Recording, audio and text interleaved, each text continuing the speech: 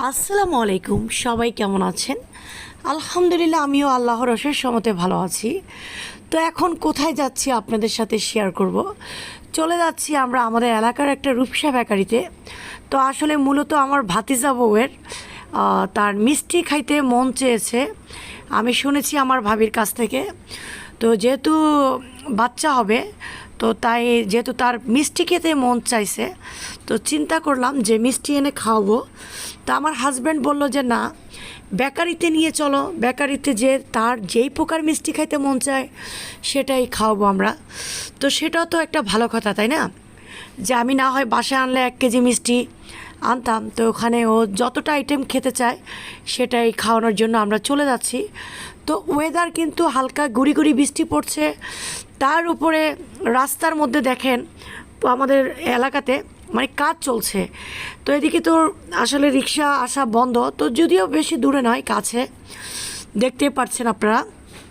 তো আমি একটু ওদের পিছনে পিছনে হাঁটতেছিলাম। তো ভাতিজা বউ, ভাতিজা, তারপর আমার হাজব্যান্ড, আমার ছেলে মেয়ে, আমরা চলে এসেছি আমরা বেকারিতে।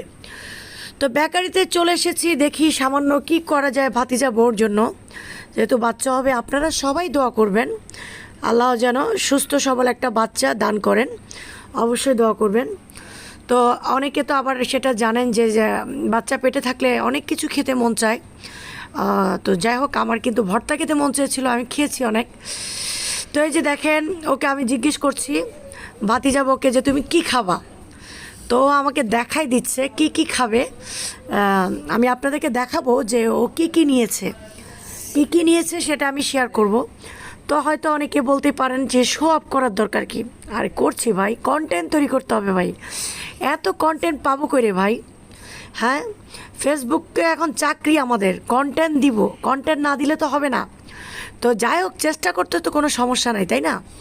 তো আমাদের বেকারিতে দেখেন, রূপসা বেকারিতে অনেক ধরনের নাস্তা পাওয়া যায়। এই যে দেখেন, এটা আসলে কয়েকটা শাখায় আছে। তো এটা মূল কারখানা কিন্তু আমাদের এলাকায়। তো এখানে এই যে দেখেন, খুব সুন্দর বার্গার, পিৎজা, স্যান্ডউইচ, কেক, অনেক কিছু আছে, দেখতে পাচ্ছেন এখানে। তো এই দেখেন ভাতিজা বউ কী মিষ্টি নিয়েছে।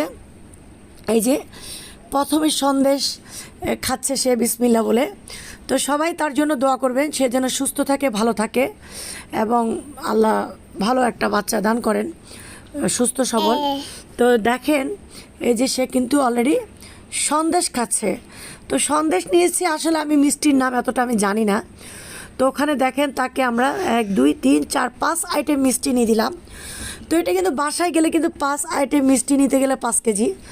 তো যাই হোক, এত মিষ্টি তো আর নেওয়া যেত না, বা এত মিষ্টি খাবে কে? তো এই যে দেখেন এখানে এই মিষ্টি, এগুলোর নামও আমি জানি না। তো আমি আবার এখানে একটা আইসক্রিম নিলাম, হ্যাঁ, খাওয়ার জন্য। তো ভিডিওটা কেমন হলো সবাই কমেন্টস করে জানাবেন, ভালো লাগলে শেয়ার করবেন। আল্লাহ হাফেজ।